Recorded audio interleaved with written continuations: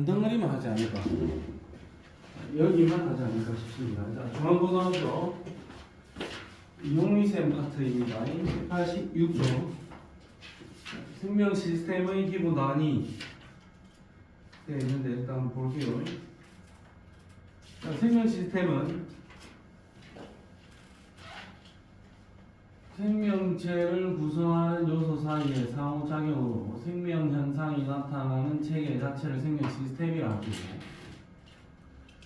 몸을 구성하는 여러 가지 요소가 상호작용을 하고 그리고 다양한 생명 활동을 수행하는 하나의 시스템, 뭐 개다 이거. 생명 시스템의 기본 단위는 세포다.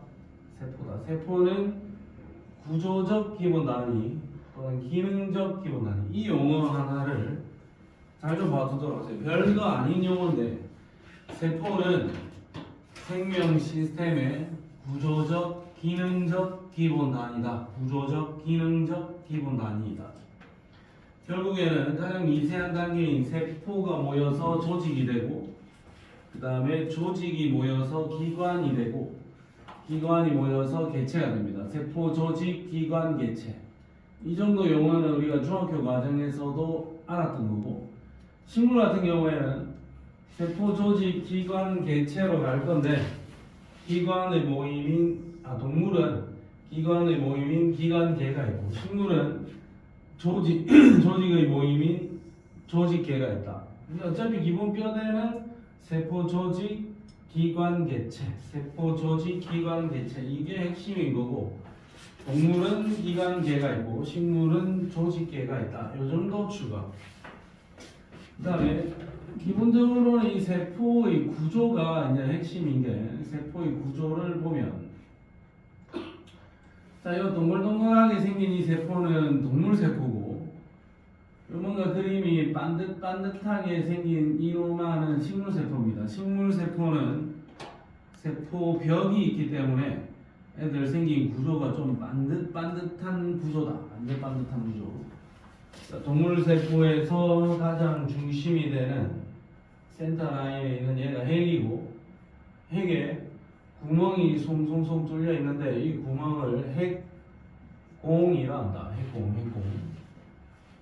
그다음에 핵이 이만큼 둘러싸고 있으면 핵 옆에 뭔가 겹겹이 둘러싸고 있고 미로같이 생긴 이 통로 같은 이 느낌을 소포체라 하는데 소포체는 표면을 보면 좀 거칠거칠한 거친 면이 있고 매끈매끈한 매끈면이다. 매끈면 소포체, 거친 면 소포체 이렇게 둘로 나눠질 거고 그러면 이 소포체에 보면 이 동글동글한 이 깨알 같은 아이들이 있는데 이 깨알 같은 아이들이 라이보솜은 이 거친 면 소포체 여기에 붙어 있습니다. 라이보솜은 단백질을 생산하는 단백질 합성하는 장소다. 단백질 만들어내는 장소가 라이보솜. 그 다음에 여기 요 구조물 얘는 마이토콘드리아. 마이토콘드리아는 세포 호흡을 하는 장소. 세포 호흡을 통해 에너지 생산. 그 다음에 핵 옆에 소포체 옆에 세포의 바깥쪽에 뭔가 겹겹이 쌓여져 있는 이 구조물은 골지체. 골지체는 창고 같은 역할이야. 그리고 다른 거는 특별히 없고 가장 바깥쪽에 세포막이 있습니다. 어쨌든 핵, 소포체, 그 다음에 골지체 여기 연속선상에서 이어져 있고 라이보솜, 그 다음에 미토콘드리아 이 정도까지 있습니다. 동물세포. 식물세포는 역시 센터에 핵이 있고 소포체에 붙어있는 깨알 같은 동그라미들, 미세한 동그라미들 라이보솜은 단백질 합성. 그 다음에 바깥쪽에 겹겹이 둘러싸여져 있는 골지체는 창고 역할이야. 그 다음에 마이토콘드리아 여기 있고 동물세포에는 없었는데 식물세포에만 볼 수 있는 엽록체는 당연히 우리가 광합성을 하는 장소. 염록체 있고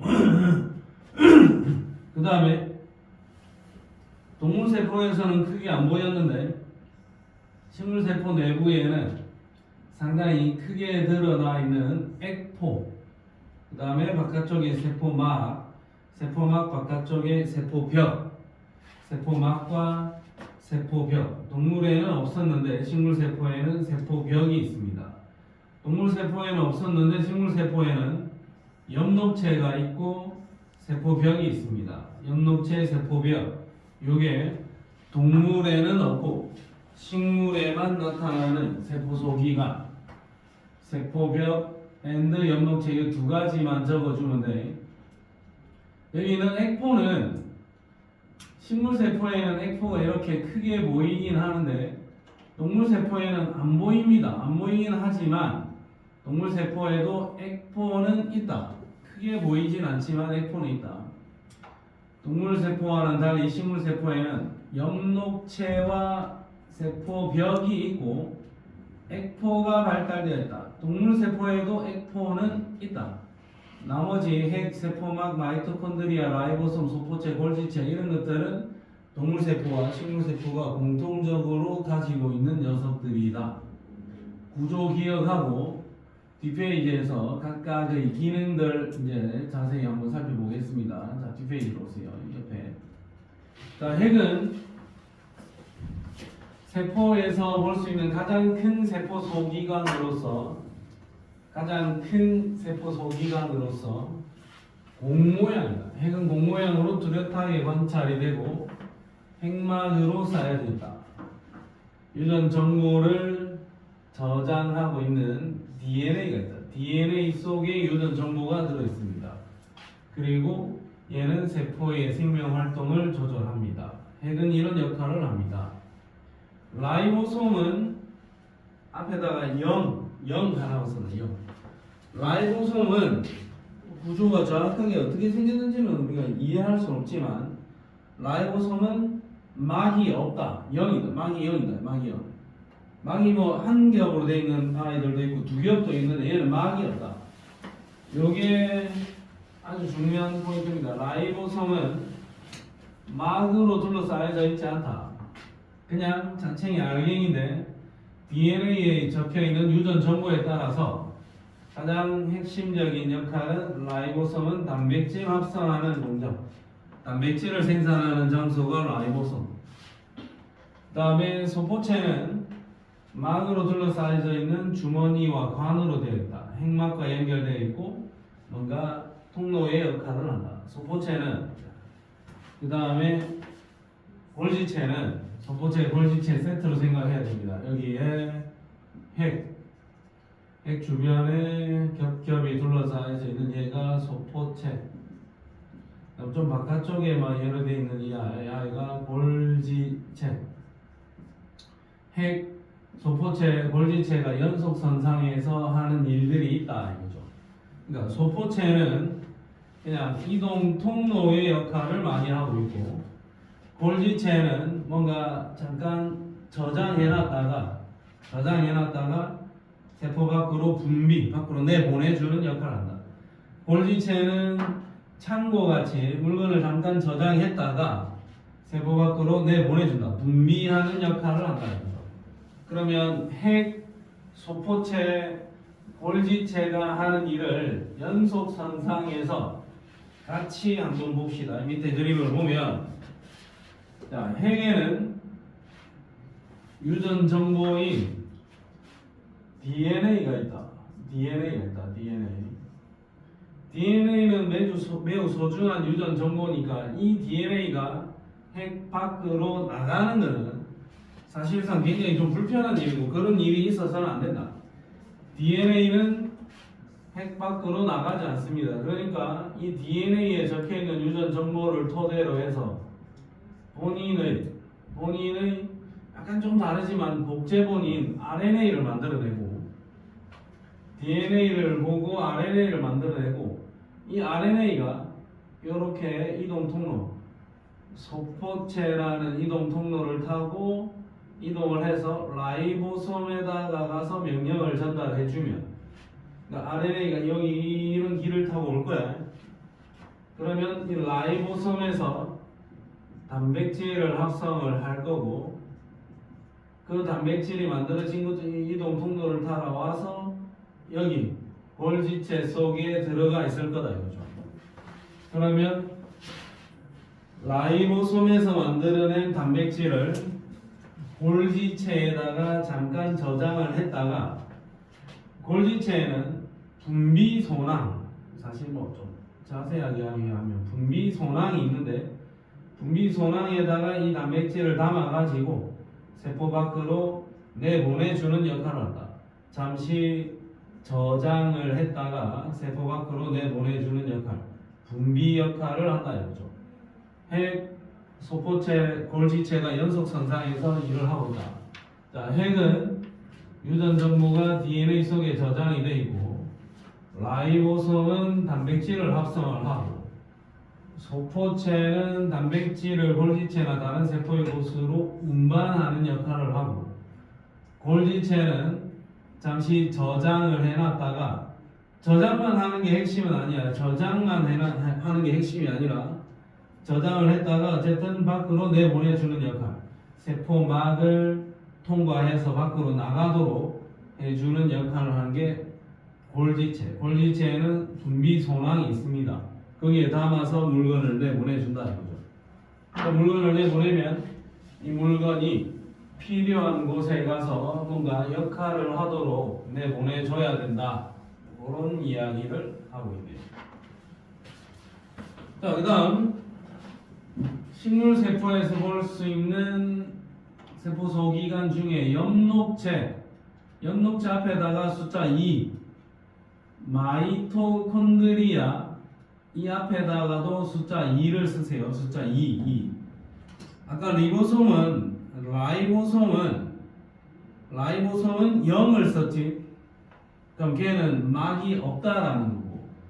엽록체는 2, 마이토콘드리아도 2를 써놓은 거는 얘들은 막이 두 겹이다. 이중막이라는 이야기입니다. 이중막.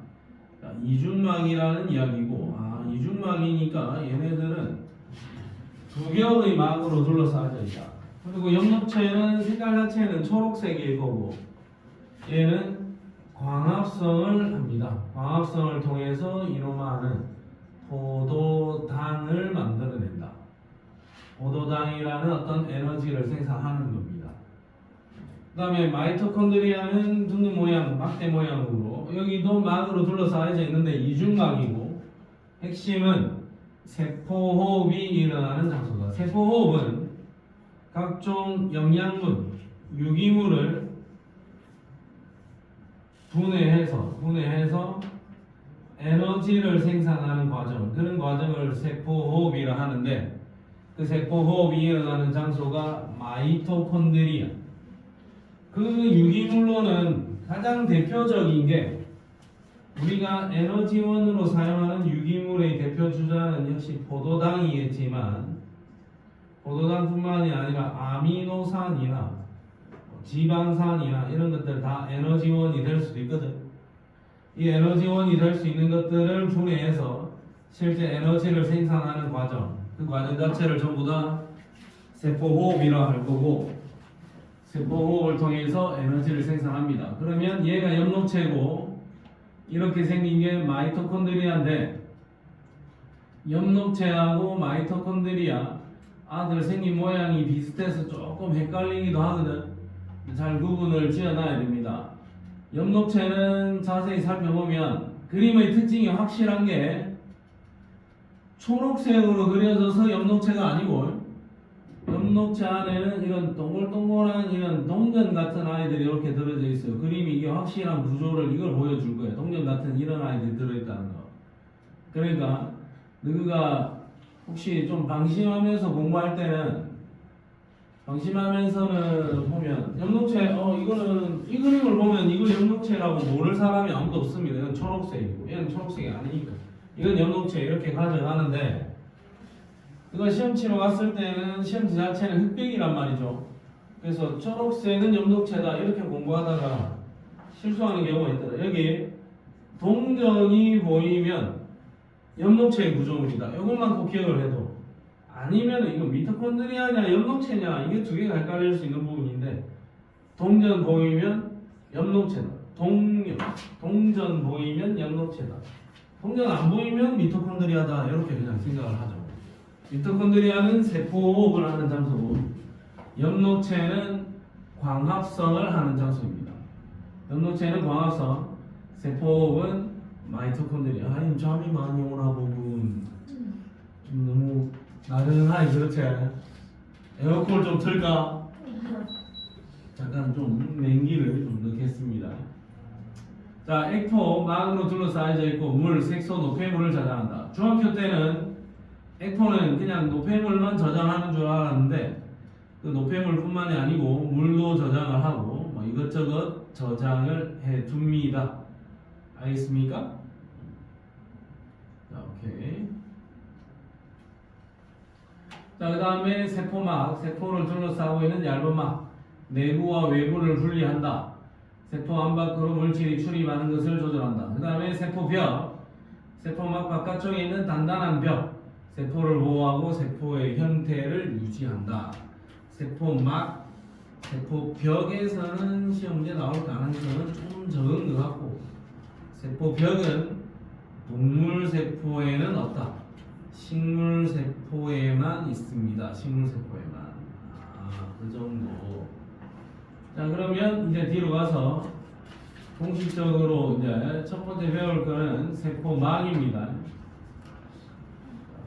세포막의 주요 성분은 인지질과 막 단백질. 그냥 인지질, 막 단백질, 막자 빼고 그냥 단백질이라 할 수도 있습니다.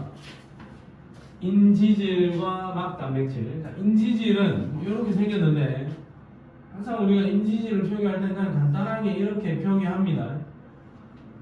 여기는 머리, 여기는 꼬리, 머리. 근데 머리 부분이 물하고 좀 친해서 얘를 친수성 머리, 이 꼬리 부분은 물하고 친하지 않아서 소수성 꼬리, 친하다, 뭐 안 친하다 이런 의미입니다. 친소관계, 난 좀 관계가 소원해졌다 할 때 소자. 물하고 친한 머리 부분과 물하고 친하지 않는 꼬리 부분. 물하고 친하지 않으니까 얘는 기름 성분하고 친하겠죠. 물과 식용유는 친하지 않잖아. 그래서 둘이 섞이지 않잖아. 그래서 얘는 기름 같은 느낌이다. 마치 지방 같은 느낌이다. 자, 그러면 이런 인지질을 세포 안이나 생명체 안에다 집어 던져 넣어 보면 생명체 내에는 물의 양이 어마어마하게 많단 말이죠. 만약에 이쪽이 세포 안쪽이고 이쪽이 세포의 바깥쪽이라고 한다면 세포의 안과 바깥쪽을 구분 지어주는 울타리가 될 건데 얘가 안쪽에도 물이 많고 바깥쪽에도 어쨌든 물이 많아요.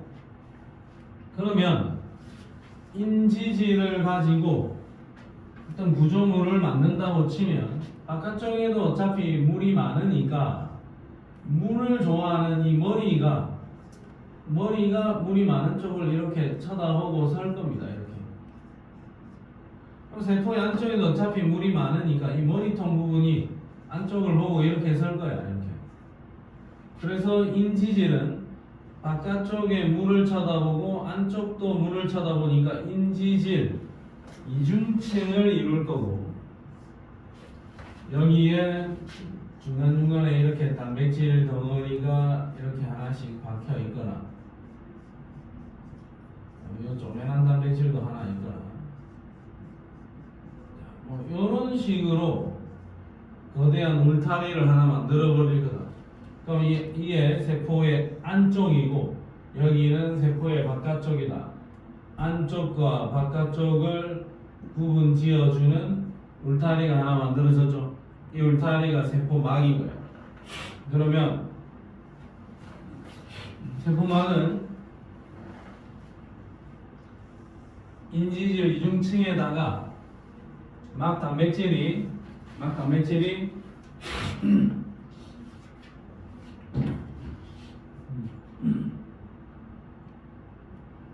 막 단백질이 살짝 파묻혀 있거나 아니면 관통하고 있는 구조. 살짝 파묻혀 있는 막 단백질도 있고 관통하고 있는 막 단백질도 있다. 그 다음에 세포막을 구성하는 이 인지질은 유동성이 있다. 살짝 움직일 수 있다라는 거예요. 완전 단단하게 딱딱하게 고정되어 있는 구조물이 아니다 이거죠. 인지질이 유동성이 있습니다. 그래서 인지질 이중층 사이에 박혀 있는 이 막 단백질들이 한 곳에 완벽하게 고정되어 있는 게 아니라 막 단백질도 자리를 바꿀 수 있다. 인지질이 고정되어 있지 않으니까 인지질 이중층 사이사이에 박혀 있는 막 단백질도 위치가 바뀔 수 있다. 그러면 요거 포인트입니다. 인지질 유동성이 있기 때문에 막 단백질도 움직일 수 있다. 인지질도 움직일 수 있고 막 단백질도 움직일 수 있다.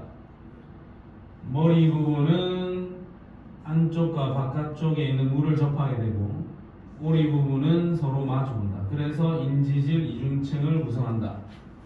그리고 머리 부분은 물을 좋아하는데 여기는 물을 싫어한다. 물을 싫어하면 기름을 좋아하겠죠. 막 단백질은 인지질 이중층에 파묻혀 있거나 또는 관통하거나 아니면 표면에만 살짝 붙어 있다. 그리고 완전히 관통하고 있는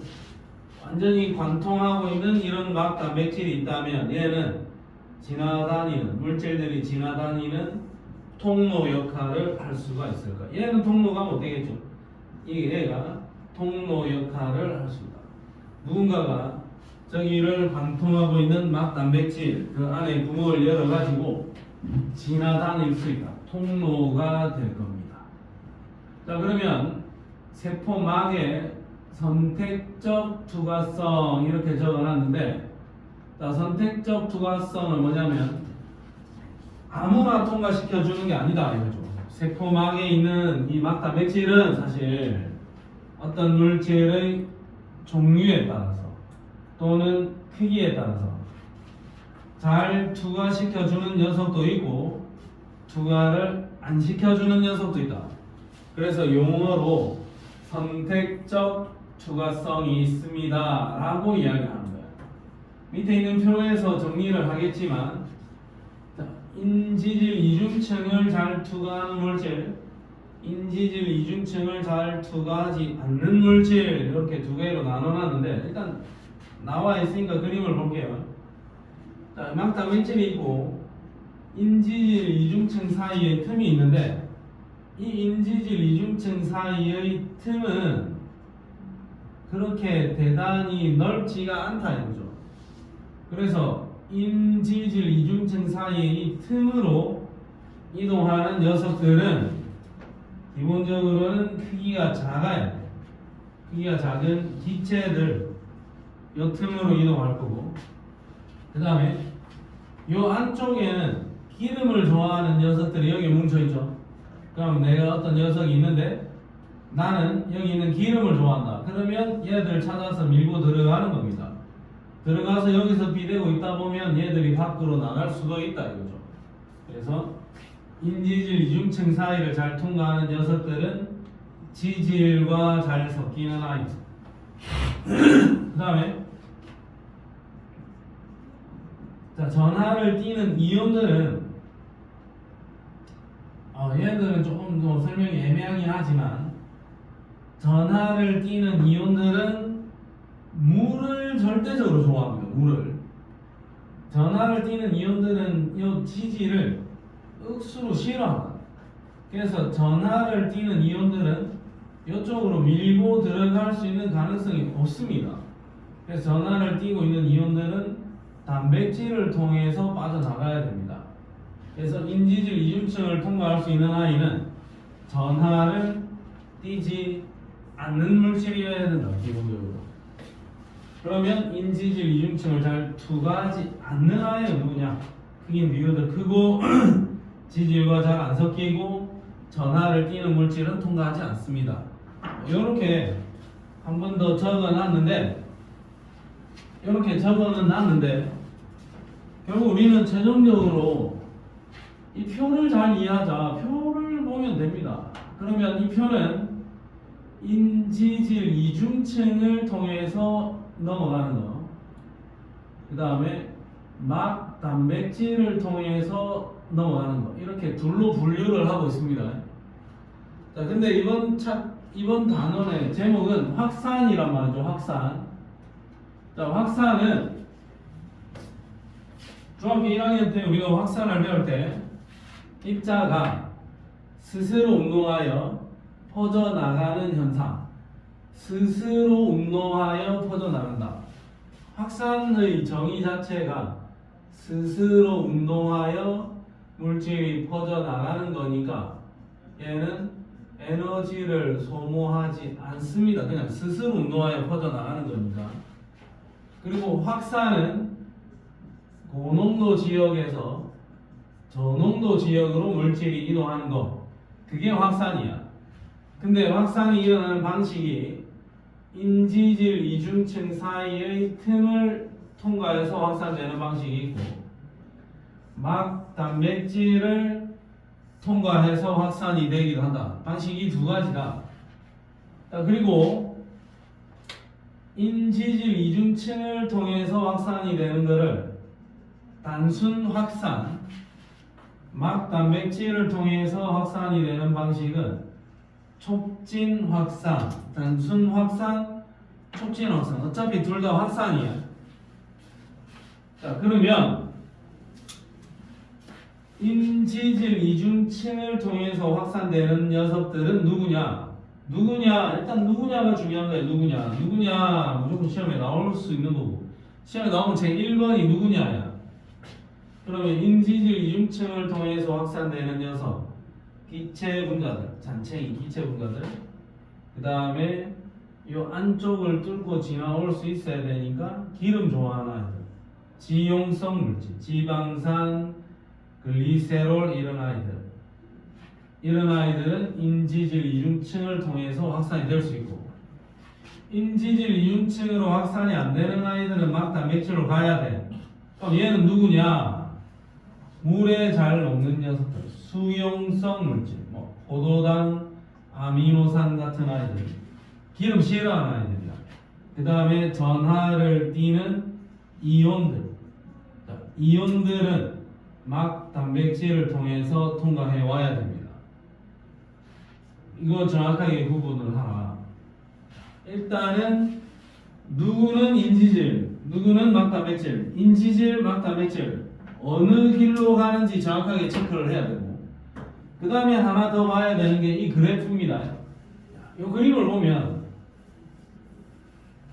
자, 여기 이 그래프에도 조그맣게 별표를 하나 쳐놓으세요. 그리고 이 그림을 보면 인지질 이중층 사이의 이 틈은 진짜 이 그림은 거의 개수가 무궁무진하죠. 엄청난 양의 이 틈이 보인다고, 틈이 억수 많다고.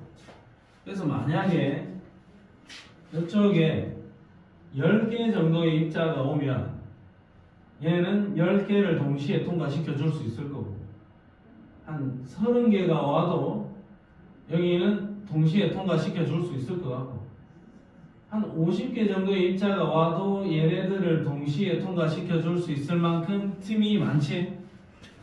그래서 인지질 이중층을 통해서 확산이 일어날 때는 농도 차이가 커지면 커질수록 그게 비례해서 확산 속도가 쭉 비례해서 증가합니다. 자, 근데 막 단백질을 통해서 확산이 되는 거, 막 단백질 촉진 확산이라고 부르는데, 얘는 막 단백질의 개수가 무한한 게 아니고 얘의 개수가 한정되어 있다. 그러면 얘는, 이 막 단백질은 동시에 30개의 입자, 30개의 입자를 동시에 통과시켜 줄 수 있다. 그러면 얘는 한 10개 정도가 오면 10개를 동시에 통과시켜 줄 수 있는 능력이 있고, 20개가 와도 동시에 통과시켜 줍니다. 네, 30개가 와도 동시에 다 통과시켜 줍니다. 근데 얘는 50, 60, 70 더 많이 와도 얘는 어차피 동시에 통과시켜 줄 수 있는 입자가 30개로 한정이 되어 있다. 그래서 세포 안과 밖의 농도 차이가 이렇게 커지더라도 확산 속도에 한계점이 있다. 농도가 커지더라도 확산 속도가 더 이상 증가하지 않는 구간이 나타나더라. 이 그림은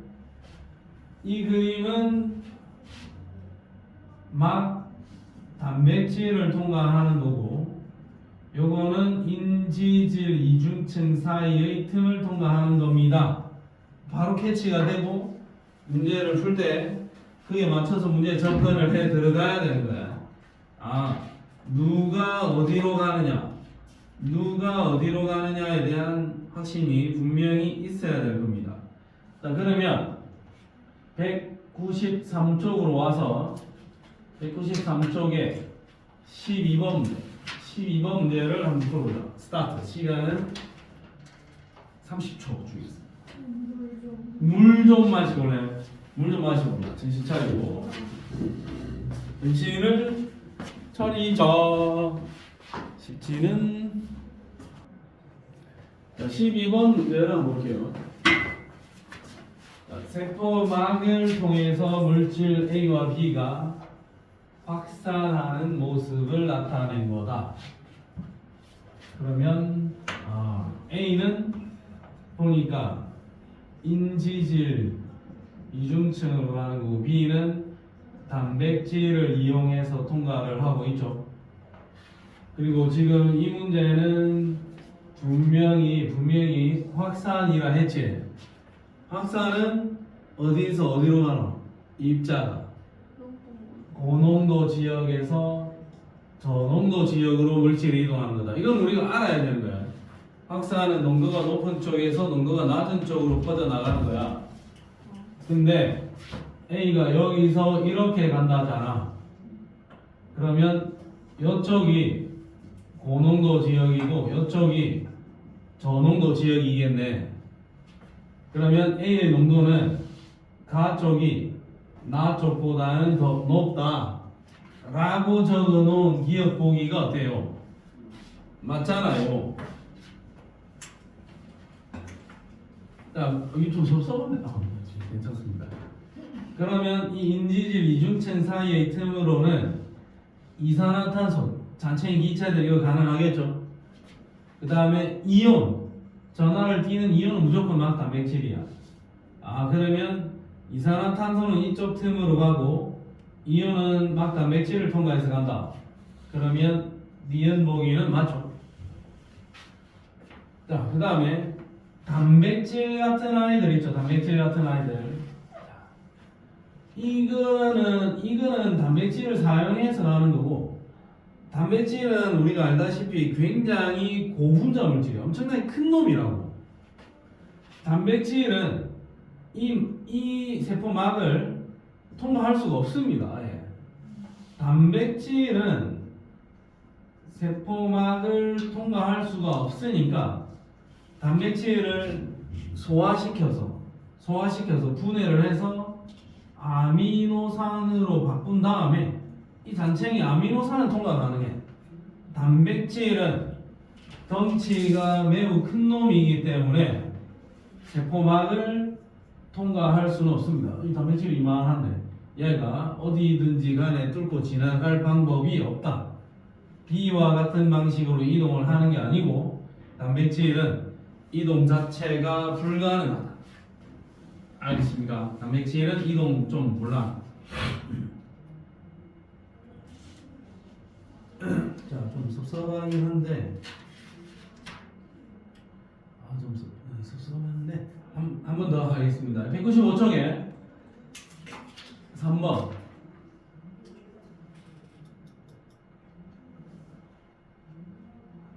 스타트.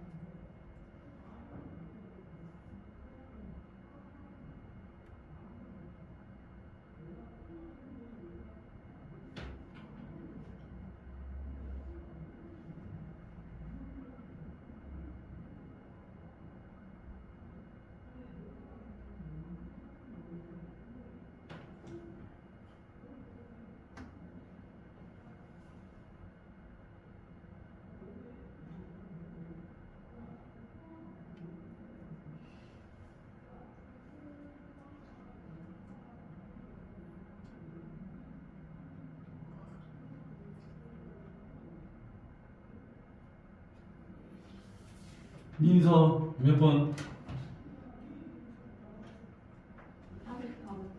아직 다 못 풀었다.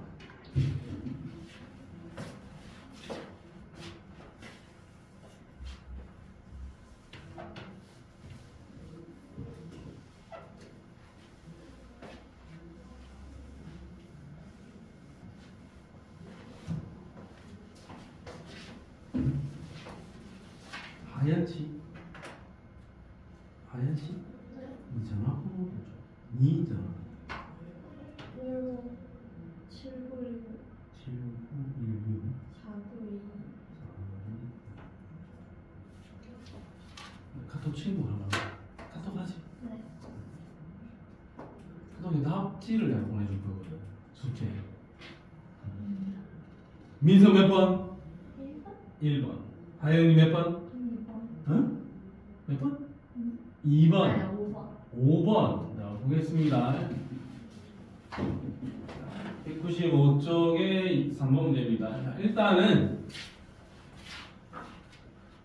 A는 인지질 이중층 사이로 지나가고 B는 막다 맥질로 가네 자, 그럼 우리 여기 적어놓자 이런 방식 쭉 속도 증가하는 거 이거 인지질을 통과했을 때 확산 속도가 이거 그러니까 A는 이런 속도 올라가다가 어느 한계점 나타난다 이거는 막다 맥체를 통해서 이동하는 거고 이거는 B는 이런 방식으로 이동하겠죠 자 그러면 모세혈관에서 허파관이 잘 모르겠지만 이산화탄소는 여기 아니겠습니까? 이산화탄소는 A 방식으로 이동한다. A와 같은 방식으로 이동한다. 기억보기 오케이. 이산화탄소는 인지질 이중층 사이의 틈으로 지나갑니다. A 방식이 맞다. B는 막다 맥체를 통해서 이동하는 거죠. B의 이동 속도는 막다 맥체를 통해서 가는 거니까 어느 정도 증가하다가 한계에 부딪힌다. 그러면 B는 기역과 같은 방식으로 이동을 해야지 니은과 같은 이동 방식이 아닌 거죠. 틀렸습니다. 자, 그 다음에 기역의 원 구간은 이동 속도가 증가하다가 이동 속도가 일정하다라는 의미인 거지 이동을 안 하는 게 아니야. 이동을 해. 이동을 하는데 이동 속도가 일정한 거지 이동을 안 하는 게 아니다. 이동을 합니다. 근데 D가 보기에서 B가 이동하지 않는다라고 적었으니까 이건 틀렸다고. 이동하지 않는 게 아니라 이동을 합니다. 그러면 D것은 틀렸다. 정답은 몇 번? 예? D것이 틀렸다. 정답은 1번이다. 혹시 3번인가? 민서 1번이라 안 했었니? 전 1번이요 D가 틀렸어. 이동하지 않는 게 아니고 이동을 한다니까? 이동을 하니까 D것이 틀렸고 그래서 기억만 맞아. 답은 1번입니다.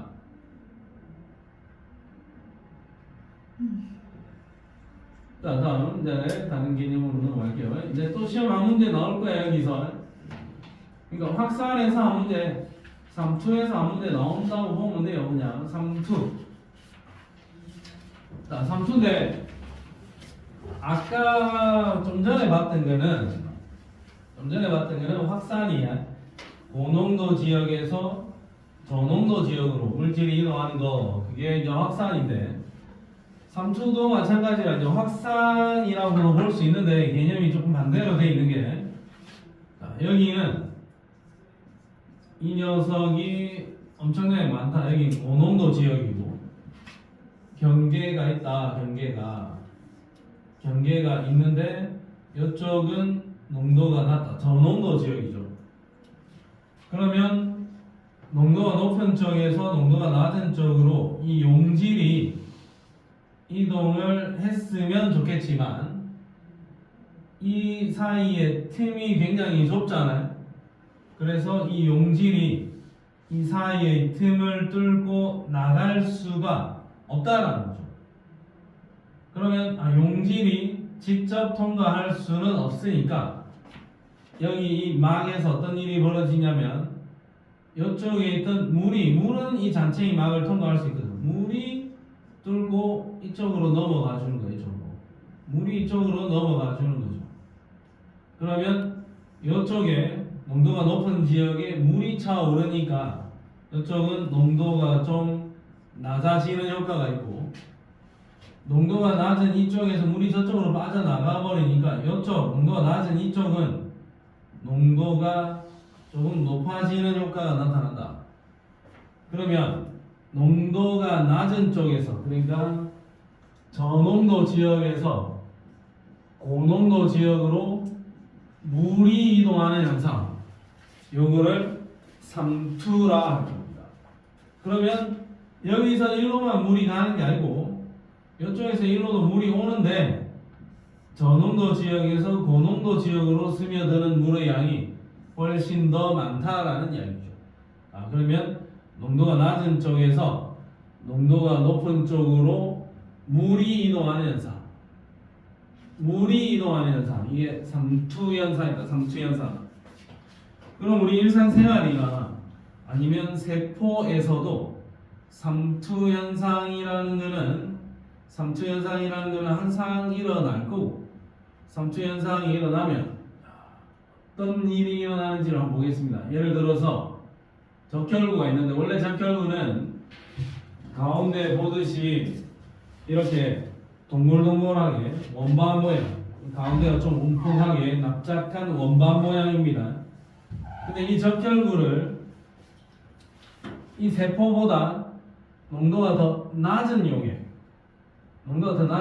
그럼 여기가 저농도, 여기가 고농도야. 농도가 더 낮은 용액을 낮다 해서 저장액이라고 표현하기도 한다. 저장액에다가 세포를 담가보면 바깥쪽이 농도가 낮으니까 저농도 지역에서 고농도 지역으로 물이 많이 빨려 들어올 거고, 여기는 나가는 양은 얼마 안 될 거야. 나가는 양은 적고 들어오는 게 많다. 그러면 이 적혈구 안에 물이 꽉 차게 되겠고 부피가 증가하겠죠. 그러다가 잘못하면 세포가 터지기도 합니다.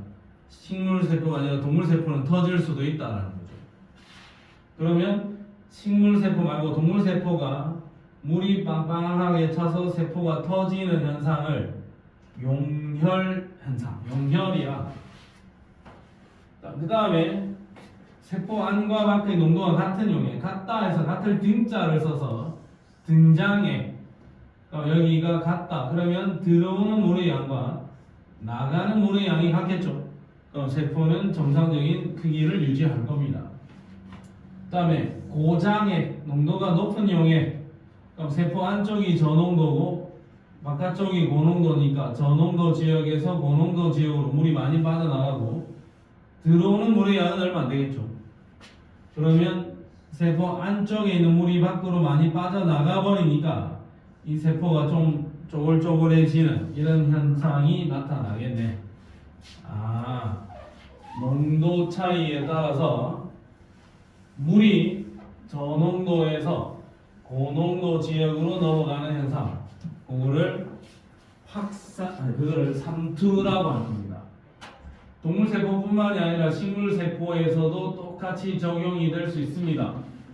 여기에 저농도에다가 식물세포를 담아주면 저농도 지역, 고농도 지역 물이 많이 밀고 들어오고 조금만 나가겠네. 그럼 세포 안에 물이 가득 차게 되겠죠. 근데 식물세포는 바깥쪽에 세포벽이 꽉 잡고 있기 때문에 얘는 터지지는 않아요. 터지지는 않습니다. 근데 최대로 물이 꽉 들어차겠죠. 팽윤되었다. 팽윤 현상이라고도 표현합니다. 등장액에 넣어주면 들어오는 물의 양과 나가는 물의 양이 같다. 그냥 정상 사이즈 유지. 그 다음에 고장액에다가 넣어주면 안에서 밖으로 물이 많이 빠져나가고 들어오는 물의 양은 작다. 그럼 세포 안에 물이 빠져나가면서 쪼글쪼글해지겠죠. 부피가 줄어들다 보면 세포 벽과 세포막이 이렇게 붙어있던 세포벽과 세포막이 떨어져 나가버리는 현상이 발생할 수 있습니다. 이런 현상을 원형질 분리 이런 표현을 쓰기도 한다. 원형질 분리. 또 3초 현상의 예는 식물 뿌리에서 식물이 있으면 식물 뿌리에서 땅이 있다. 뿌리에서 이쪽으로 물을 빨아들이는 현상. 땅에 있는 이 물질이 저농도 지역이고 식물 뿌리 안이 고농도 지역이면 바깥쪽에 있는 물이 식물 뿌리 안으로 빨려 들어올 거다. 그 다음에 배추를 하나 갖다 놓고 배추를 김장한다고 배추를 절일 때 배추를 물에다가 담그는데 소금물을 잔뜩 넣어서 소금을 넣어서 여기를 고농도로 만들어주면 배추 안에 있던 수분이 빠져나오게 될 겁니다. 물기를 제거할 수 있다. 그러면 얘가 절임이 되겠죠. 자, 과일청을 만들 때 과일에 있는 단맛은 놔두고 물만 제거를 하고 싶다고. 그러니까 과일을 놔두고 여기에다가 설탕을 잔뜩 넣어서 바깥쪽을 굉장히 고농도로 만들어주면 이 과일에 있던 물만 이렇게 쏙쏙 빠져나오겠죠. 그게 과일청이 된다. 물만 빠져나온다. 그럼 어쨌든 3초라는 거는 저농도 지역에서 고농도 지역으로 물이 이동한다라는 게 핵심이고요. 물이 이동한다라는 게 핵심이야. 그러면 용질은 이동 못하고 물만 이동한다. 그게 3초 현상이다. 그러면 194쪽으로 가서 194쪽에 15번 문제 15번 문제 한번 풀어봅니다. 자, 이 정도 수준의 문제 충분히 나올 수도 있다. 조금 이해 안 되는 용어가 있으면 다시 질문을 하세요.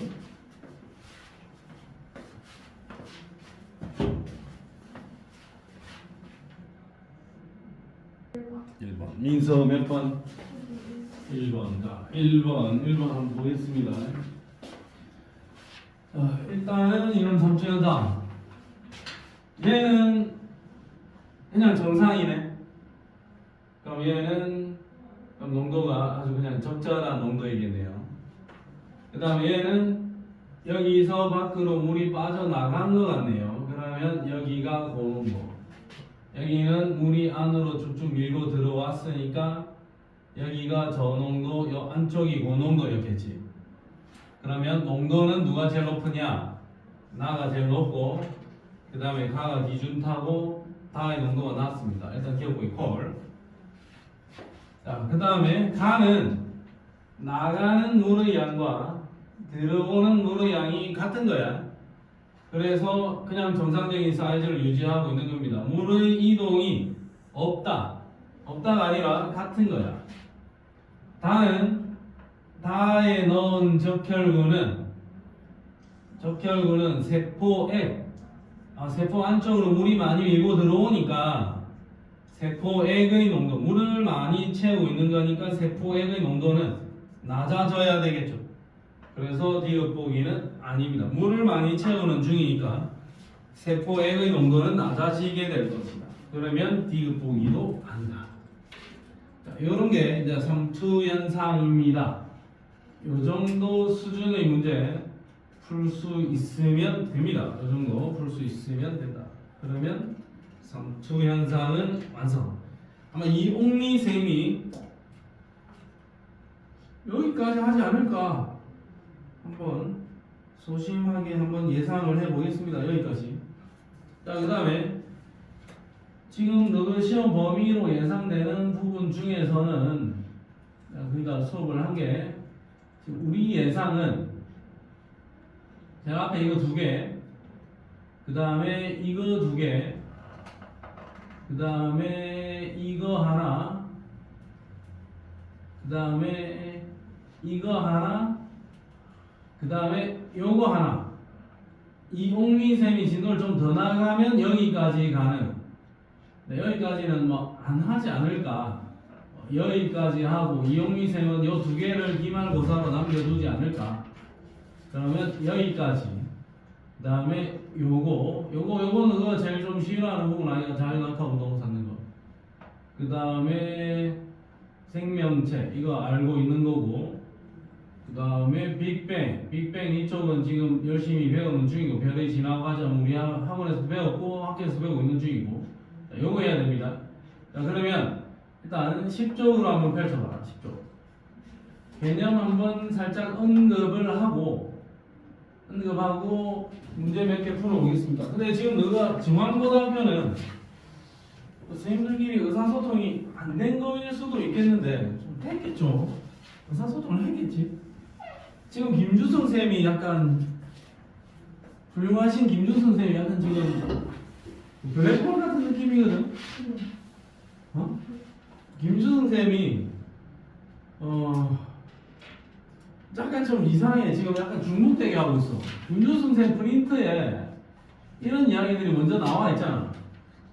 근데 이 내용은 또 통합과학책에서 또 다른 선생님들이 수업을 하시잖아. 그 다음에 김주성 쌤 프린트에 빅뱅 쪽 이런 게 또 나와 있거든. 그리고 또 그 부분은 또 다른 선생님들이 수업을 하고 있잖아. 계속 뭔가 중복되는 느낌인 것 같은데 일단 김주성 쌤은 프린트 위주로 해야 되지만 이 부분을 또 다른 선생님들이 수업을 하고 있기 때문에 이것도 한번 보겠습니다. 했지? 누가 했어요? 어? 여기 이거 안 했나? 좀 안 해서 저도 안 해요. 학교에서 한 번도 안 했어요. 잠깐 학교에서 한 번도 안 했어? 다른 학교는 이제 윤곽이 일단 나왔는데 너희는 지금 지구학생이 어떻게 될지는 모르겠네. 홍민쌤도 어디까지 갈지는 모르겠고 한번 좀 반에서 좀 열심히 나대는 애들이 혹시 진도 뭐 어디까지 해요? 이런 안 물어보더나? 착한 아이들이 모여있는. 자, 요거 두 덩어리를 오늘 간단하게 정리를 할게요. 자, 규모란 정리하고 문제 한번 풀어볼게요. 어떻게 나오는지를 한번 보자고. 외우고 나서 풀 생각 하지 말고 그냥 풀면서 외우는 겁니다. 어떤 자연 현상의 크기 범위인데 규모는 시간적인 규모와 공간 규모가 있는데 뭐 여러 가지 규모가 있을 수는 있다. 규모는 어떤 자연 현상의 크기 범위를 말하는 거다. 그 다음에 미시세계, 거시세계 되어 있는데 미시세계는 우리 눈에 보이지 않는 아주 작은 규모의 세계, 원자 수준. 거시세계는 미시세계보다는 훨씬 더 큰 규모의 세계. 그냥 우리가 살고 있는 이 세상이 거시세계예요. 우리는 거시세계 속에 살고 있는 거고 거대한 세상이다. 그 다음에 뭐 태양계, 좀 더 넓은 단위로는 태양계나 뭐 은하수, 우주 이런 아이들은 전부 다 거시세계라고 보면 되고 원자, 분자, 이온, 사건 이런 아이들은 미시세계라고 보면 돼. 그러니까 원자 내부에서 원자핵이 있고 원자핵 주변에 전자가 뱅글뱅글 돌고 있는데 이런 거는 미시세계의 이야기인 거고 태양이 있고 태양 주변을 지구가 뱅글뱅글 돌고 있다. 그러면 이거는 거시세계적인 관점이다. 그리고 이 책에서는 태양이 있고 지구가 태양 주변을 돌고 있습니다라는 걸 이야기하다 보니 1AU라는 이 단위가 제시가 된 겁니다. AU는 천문 단위로서 태양에서부터 지구까지의 거리를 그냥 1AU라고 합니다. 태양부터 지구 사이의 거리, 태양에서 지구까지의 거리를 1AU라고 합니다. 적절한 시간과 공간을 측정을 해야 합니다. 자, 그러면 과거에 시간을 측정하는 방법, 태양의 위치나 달의 모양 변화 등으로 시간을 측정을 했다.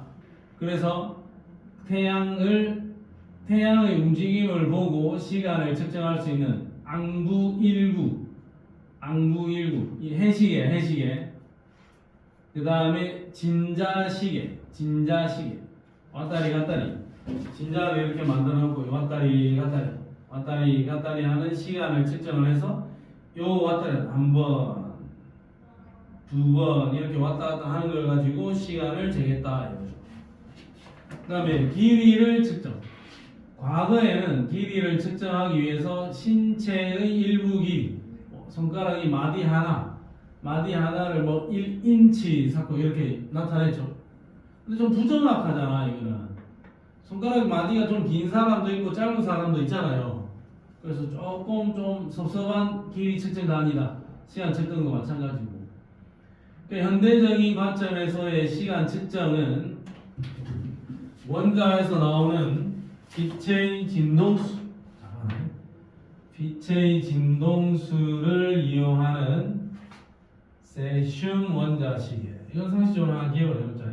세슘 원자시계는 세슘 원자에서 방출되는 빛, 그 빛의 진동수를 이용하는 방법. 그 다음에 길이를 측정할 때 레이저가 있는데 레이저는 여기에서 레이저 빛을 여기다 쏘는 거야.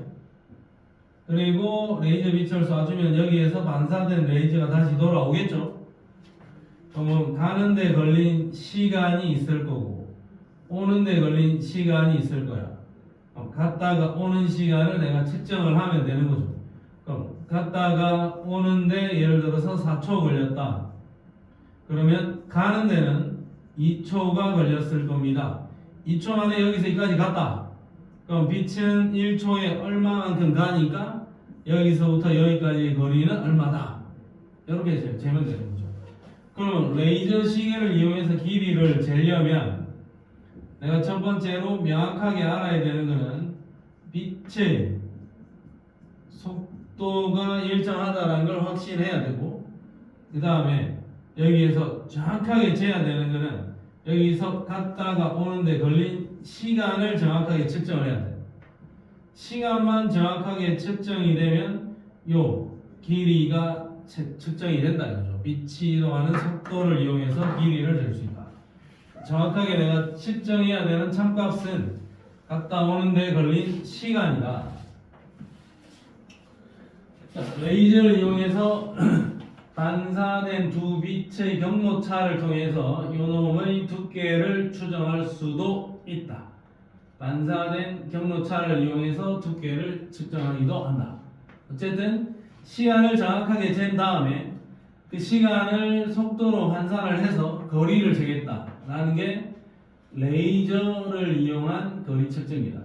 세슘 원자시계는 빛의 진동수를 이용하는 거다. 이 정도 혹시 알고 있자? 자, 그러면 현대적인 측정 기술, GPS 위성 위치 확인 시스템. 위성을 통해서 내 차가 어디쯤 지나가고 있는지 정확한 위치를 추정할 수 있다 이거죠. 위성 한 개 가지고는 안 된다. 내가 GPS 장치가 달려 있는 차를 타고 있으면, 자, 이쪽 위성에서 이 차의 위치가 이만큼, 거리가 이만큼 떨어져 있다라고 인지를 할 겁니다. 그러면 여기 위성에서 이 차는 이만큼 떨어져 있습니다. 거리만 알고 있는 거예요. 그럼 여기 있는지, 여기에 이 차가 있는지, 여기에 있는지는 모른다 이거죠. 아, 이 정도 거리에 떨어져 있다는 걸 이 위성이 캐치를 해. 근데 이 위성에서는 이만큼 떨어져 있다고 캐치를 한다고. 그럼 내가 지금 위성 두 개를 이용하면 어떤 물체가 여기에 있는지 여기에 있는지, 또는 이게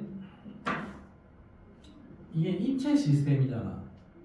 그러면 이제 지금 이건 평면에 그려놓는데 입체적으로 생각을 하면 이 위성과 이 위성에서 여기하고 여기하고 여기, 이게 단순 두 점은 아니죠. 여기도 또는 지금 여기 가상의 위치 여기도 여기하고 여기가 같은 지점이잖아. 그럼 점이 여러 개가 나오겠죠. 그럼 위성을 하나 더 갖다 대면 아 여기입니다 이렇게 될 수도 있잖아. 그러면 여기나 아니면 이 위성에서는 여기라 했고 이 위성에서는 여기라 했고 요 위성에서는 여기라 했다. 그 다음에 여기 위성에서 하나 더 잡아주면은 정확한 위치를 잡아낼 수가 있다 이거죠. 그래서 GPS를 통해서 위치를 잡을 때는 대충 이론상으로 봤을 때는 3개의 GPS면 될 것 같긴 한데 최소 진짜 정확하게 잡으려면 4개의 위성은 있어야 위치를 잡을 수가 있다. 3개라 하는 사람도 있고 4개라 하는 사람도 있는데 혹시 너도 쌤이 윤준수 쌤이 몇 개나 하는지를 한번 잘 들어보세요. 이론상으로는 3개도 가능할 것 같은데 4개가 있어야 될 것 같아요. 자, 전자연미경, 나노 단위로 물체 측정, 초고속 투과 전자연미경, 원자힘 현미경, 우주망원경은 지구 안에 있는 게 아니라 지구 대기권 밖으로 내보내놓은 거야. 대기권 밖으로 내보내놓은 거니까 대기권의 방해를 받지 않는다. 그러면서 외부 은하에서 오는 빛이나 우주에서 날아오는 빛을 좀 더 명확하게 측정할 수가 있더라. 우주망원경. 최근에 나간 우주망원경이 그 제임스 웹 우주망원경이죠. 성능이 어마어마하더라고. 오케이. 자, 그 다음에 김주성 쌤이 매우 좋아하는 게 이 기본량입니다. 김주성 쌤이 작년에도 마찬가지고 재작년에 명신고등학교에 있을 때도 마찬가지인데 저 기본량에 대해서 그냥 막 시험 문제를 냅니다. 막 냅니다. 그냥. 자, 이런 형태로 시험 문제가 나왔다. 자연현상을 설명하기 위해 사용하는 기본량 7가지를 쓰시고 그냥 그대로 외워서 쓰면 돼. 기본량 7가지는 시간, 길이, 질량, 전류, 온도, 광도, 물질량 여기까지 기본량 7개. 국제 단위에서 사용하는 기본량 7개를 쓰시오.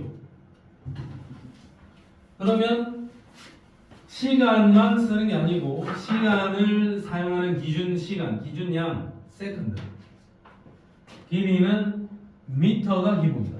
질량은 킬로그램이 기준이다. 전류는 암페어. 온도는 켈빈.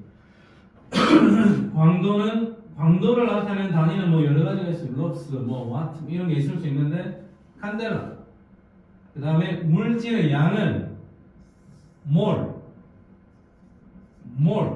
단위를 사용한다. 근데 김주성 쌤 프린트를 이렇게 살펴보면 조금 변화된 게 올해부터 바뀐 게 기본량이 몰이 있기 때문에 지금 여기서부터 막 김주성 쌤이 몰 이야기를 한참을 하거든. 근데 한참 하던 그 몰 이야기를 뺐어. 그냥 이번 프린트에는 올해 처음으로 빠진 것 같아. 몰 이야기를 안 하더라고. 그럼 이 몰 이야기가 나오면은 애들이 이제 골 때리거든. 고2 때 배우는 건데 지금 고1 때 막 시험 문제 집어넣는다고. 몰은 뺐다.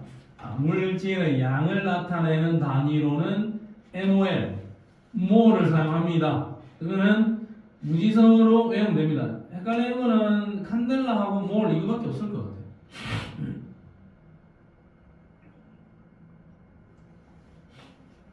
자, 그럼 기본 산수는 어떻게 정했느냐? 뭐 실험 방법 여러 가지 실험을 통해서 정했다. 미터법 제정. 1790년 프랑스에서 미터법이 제정되어 길이는 미터로, 질량은 킬로그램을 기본 단위로 했다. 길이는 1미터를 나타내는 이런 작대기가 하나 있는 거고, 1kg을 의미하는 이 세문대기가 하나 있는 겁니다. 야를 1m라 하자. 야를 1kg이라 하자. 정확하게 정의를 했고 1875년에 17개국, 17개국이 참여한 미터법은 새로운 국제적인 단위 체계로 발전했고 그 다음에 미터법 이후, 미터 협약 이후 시간, 전류, 온도, 광도, 물질량이 추가되어서 현재는 7개의 기본량으로 확립이 되었다. 이게 기본량이고 1960년 국제도량형 총회에서 기본 단위 체계를 정비해서 국제 단위계로 통일을 하였다. 이게 우리가 사용하는 7개의 기본 단위, 기본량이다. 그럼 기본량들을 이용을 해서 유도된 양, 유도량들을 만들어낼 수도 있다. 그럼 기본량, 세컨드, 미터 이런 것들을 이용해서 유도된 양. 자, 그러면 넓이는 가로 곱하기 세로 아닙니까? 그럼 얘는 미터 곱하기 미터니까 넓이는 제곱미터, 미터 제곱, 제곱미터 이거는 넓이 단위. 가로 곱하기 세로 곱하기 높이, 높이까지 곱하면은 얘는 부피, 부피의 단위는 세제곱미터.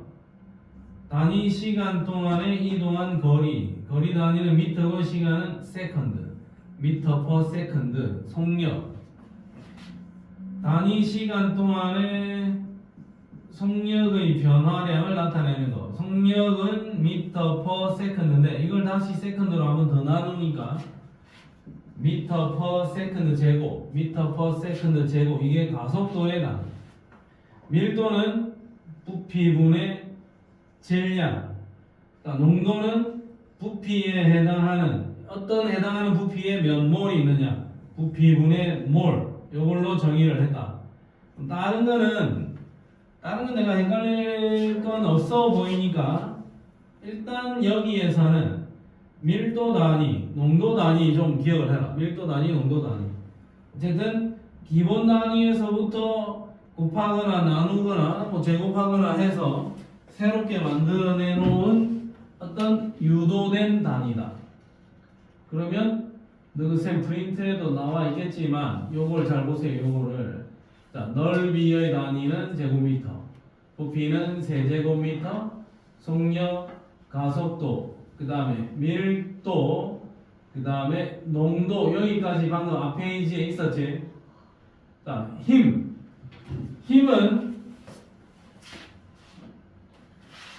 힘의 정의 자체는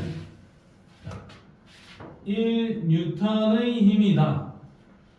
힘의 단위는 어떤 물체 1kg짜리 얘의 가속도가 1m/s 제곱이 되도록 만들어주는 힘, 그걸 1뉴턴이라고 정의를 했어. 1kg짜리가 1m/s 제곱의 가속도를 갖도록 해주는 힘, 걔가 뉴턴이야. 그러니까 이 둘이 곱해버린 게 뉴턴의 단위다. 킬로그램 미터 퍼 세컨드 제곱, 요게 힘의 단위다. 힘 킬로그램 미터 퍼 세컨드 제곱. 그 다음에 압력의 단위는 단위 면적에 작용하는 힘, 단위 면적에 작용하는 힘, 이게 압력이고, 그러면 얘가 힘인데 힘을 면적으로 미터 제곱으로 나눠버리면 됩니다.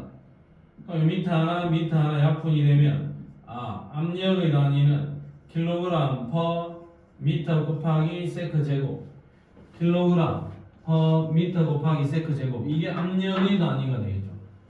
그러면 자네들의 김주성 쌤의 스타일을 생각을 했을 때 그냥 이 표에 있는 이 단위들을 쓰는 게 그대로 시험 문제가 나올 수도 있고, 아니면 기본량 7개의 종류와 각각 그 기본량의 단위를 같이 적어라, 이게 나올 수도 있고. 이게 지금 별거 아닌 것 같은데 기본량 7개를 적어라 이렇게 문제가 나오니까 신고등학교에서 그 당시에 과학 1등급 받아오고 했던 애들도 저기서 부분 점수 감점돼가지고 점수 까이고 막 이렇더라고. 정신 집중해서 깔끔하게 잘 외워둬야 됩니다. 알겠죠? 이거는 진짜 정확하게 외워놓고 빈틈없이 그냥 싹 다 외워야 돼. 자, 그 다음에 너그 김주성 쌤 프린트에도, 김주성 형님이 귀가 아프겠다. 너그 화학쌤 프린트에도 여기 이 프린트에 보면 접두사가 나와 있습니다. 능생 프린트에는 훨씬 더 좀 자세하게 내놨죠. 열려라. 여기 자세하게 기본 물리량, 여기에서 기본 물리량 이야기하면서 접두사가 나와 있는데, 방금 너가 봤던 이 완자책에는 10의 마이너스 9승까지 되어 있는데 능생 프린트에는 10의 마이너스 9승, 12승, 15승, 18승까지 적어놨다고. 그리고 지금 우리가 사용하는 이 수의 책에는 전부 다 서양 문물이기 때문에 유럽이나 미국에 사용하는 거니까, 유럽이나 미국에서는 이 숫자 세 자리씩 이렇게 떼더라고요. 사우전드, 밀리언, 빌리언 뭐 이런 식으로 세 자리씩 떼는데 우리나라는 네 자리씩 떼긴 합니다만 얘들은 무조건 세 자리씩이야. 10의 3승 얘는 킬로, 6승은 메가, 9승은 기가, 10의 12승은 뭐 테라 이런 식으로 붙인다. 10의 2승 얘는 헥토, 10의 마이너스 2 얘는 센티, 마이너스 3승은 밀리, 마이너스 6승은 마이크로, 마이너스 9승은 나노, 마이너스 12승은 피코, 마이너스 15승은 펜토, 마이너스 18승은 아토. 이런 접두사를 붙여준다. 요거보다 그 프린트에 훨씬 더 자세하게 나와 있으니까 자네들의 이 중앙고 화학 프린트에 있는 이 접두사 제일 위에 여기서부터 여기까지 싹 다 외워야 됩니다. 어쩔 수 없다. 싹 다 외워야 됩니다. 그 다음에 요것도 싹 다 외우고 단위하고 약자면까지 이거 다 외워야 됩니다. 칸델라는 CD, 몰 한글로도 쓸 수 있어야 되고 요것도 당연히 쓸 수 있어야 됩니다. 근데 이거는 안 해도 되더라. 랭스, 매스, 타임, 뭐 일렉트릭 커런트 이런 것까지는 안 해도 되더라. 영어 단어는 안 해도 되고. 선생님 영어 좀 하시는지는 잘 모르겠으나 항상 이렇게 영어로 이렇게 정의를 적어주더라고. 자, 면적, 제곱미터 이건 유도량이죠. 아까 봤던 거 유도량 이것도 다 외워야 됩니다. 그냥 힘의 단위 뭐야 하면 뭐 고민하지 마. 킬로그램 미터 퍼 세컨 제곱.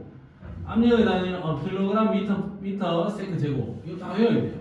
에너지의 단위는 킬로그램 미터 제곱 퍼 세컨 제곱. 이거 다 외워야 돼요. 할 수 없습니다. 다음에 이거는 안 외워도 되는 것 같은데 내가 지금까지 봤을 때 김주 선생님 7년 동안 봤는데 요거는 시험 문제 나온 적은 없다. 설마 빛의 속도를 쓰시오, 중력 상수를 쓰시오 이런 거는 안 되겠죠. 이런 거 쓰시오 여기까지는 조금 에바입니다. 요거는 안 되겠다고 보고 우리 이 책에 근거하여 일단 기초 학습을 해보면 이런 것들이 있다. 그럼 저 뒤로 가서 한 문제만 풀어볼게. 여기 있는 15쪽에 11번 스타트.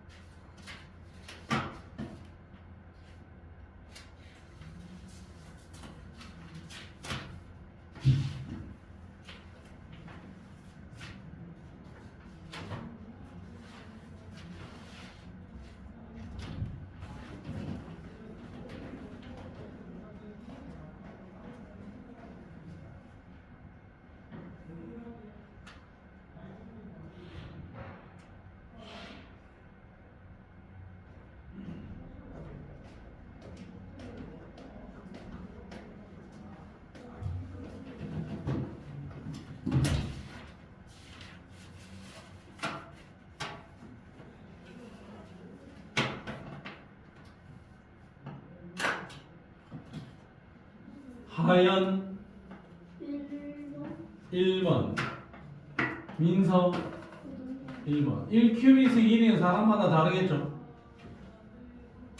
이게 좀 뭐 긴 사람도 있고 짧은 사람도 있겠죠? 그러면 이 1큐빗이라는 거를 측정한 길이를 수치와 단위로 나타낼 수 있는가? 자, 여기서 우리 집까지는 한 3,000큐빗. 여기서 뭐 중앙고등학교까지는 뭐 9,000큐빗. 이런 식으로 표기할 수 있는 거죠. 오케이, 측정 가능합니다. 같은 길이를 측정할 때 측정값은 같다, 아니다, 똑같은 길이다 하더라도 당연히 네가 적었을 때는 이 길이 기준으로는 뭐 5큐빗인데 또 다른 사람 길이 기준으로는 뭐 7큐빗일 수도 있는 거고 3큐빗일 수도 있는 거잖아. 그러니까 같은 길이를 측정할 때 측정하는 사람마다 그 길이의 별값이 다르게 나타날 겁니다. 오케이. 그러면 16쪽, 17쪽까지 싹 다 숙제로 해오세요. 그 다음에 18쪽.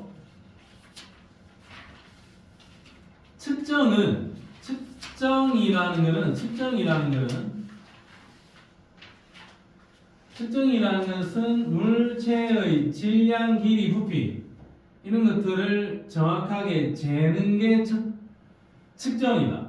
측정할 때는 뭐 내가 원하는 측정 단위와 측정 도구 사용하면 되겠죠. 어림이라는 것은 측정 도구 없이 적당한 양을 추정하는 거. 여기서 저까지 한 30m 될 것 같은데 뭐 한 대충 한 80km쯤 나갈 것 같은데 대충 재는 게 어림 잡아 본다라는 거야. 그러니까 어림을 대충 잡아가지고 실제로 측정을 할 때는 내가 원하는 측정 도구를 결정하는데 도움을 주겠죠. 그러면 어쨌든 측정 표준이라는 게 있을 겁니다. 측정 표준이라는 게 있는데 18세기 말 지구의 북극에서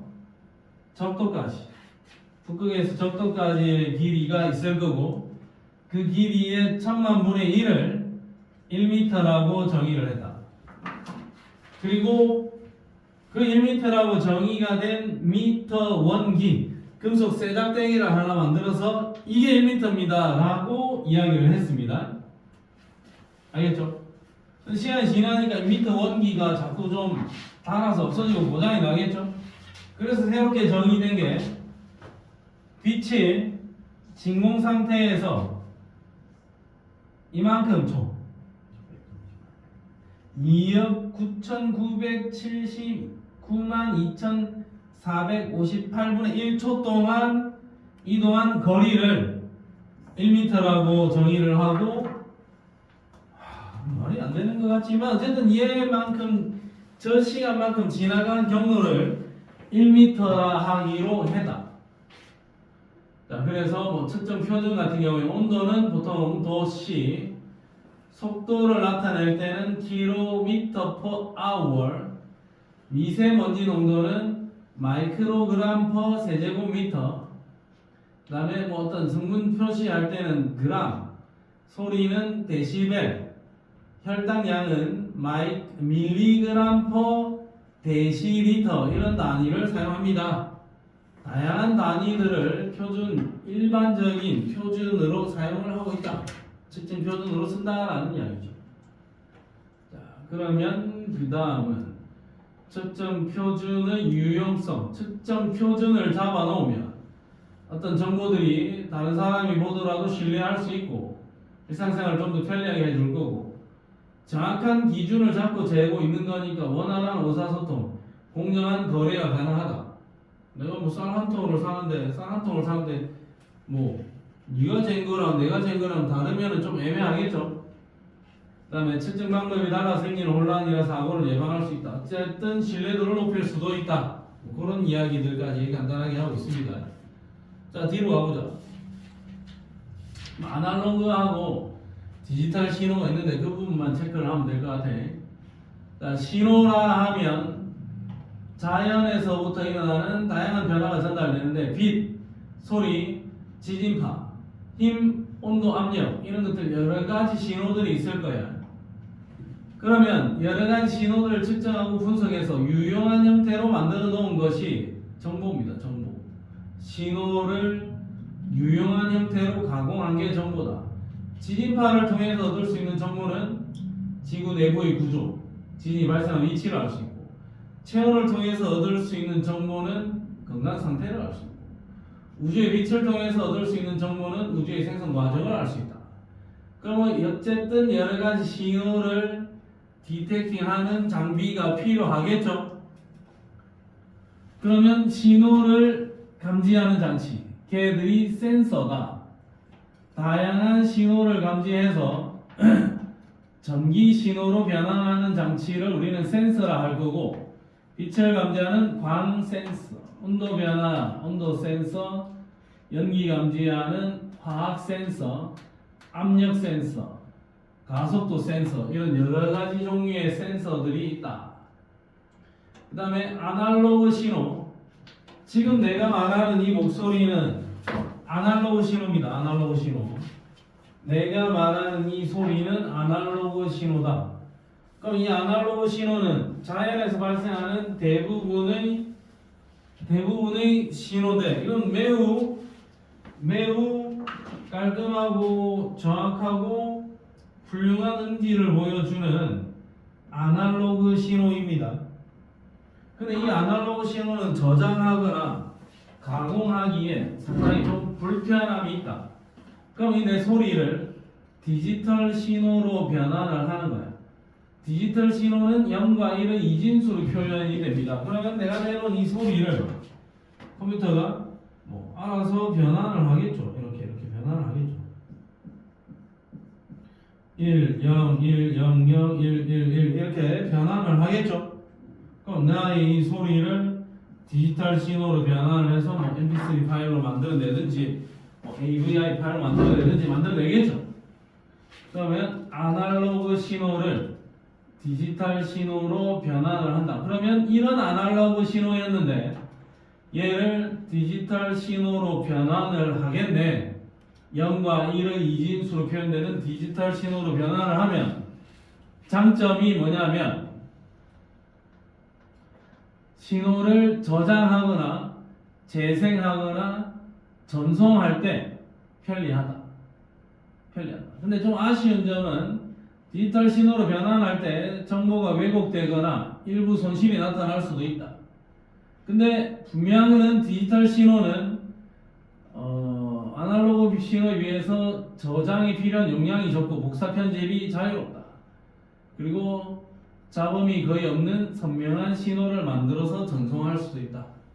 아날로그 신호의 장점도 있고 디지털 신호의 장점도 있을 겁니다. 자, 뒷페이지로.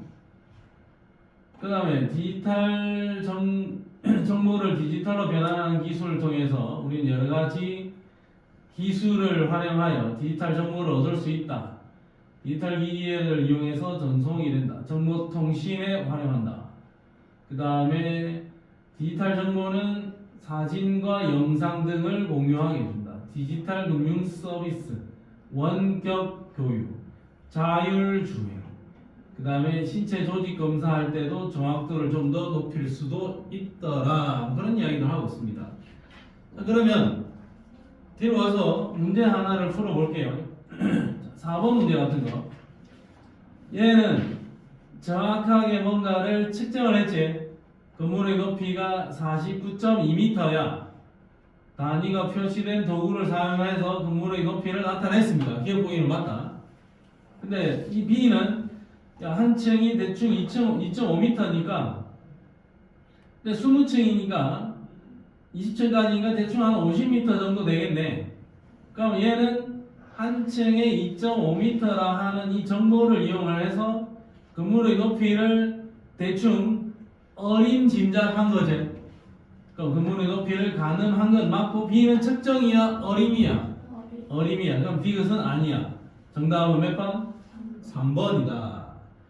여기에 여러 가지 문제들이 있습니다. 기초 문제들도 풀어야 돼요. 24, 25, 26, 27, 28, 29까지 전부 다 풀어야 되고, 그리고 문제를 풀고 정확하게 매기고 틀린 것들 점검을 하세요. 그리고 이게 이번 주부터 나가는 숙제입니다. 이것도 하고 당연하죠. 너무 많나요? 이게 숙제입니다. 잠깐만. 좀 이상한데?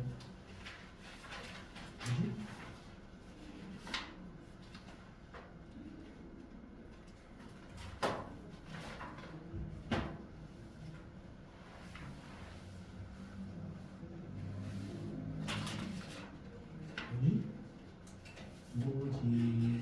끝이 다르냐?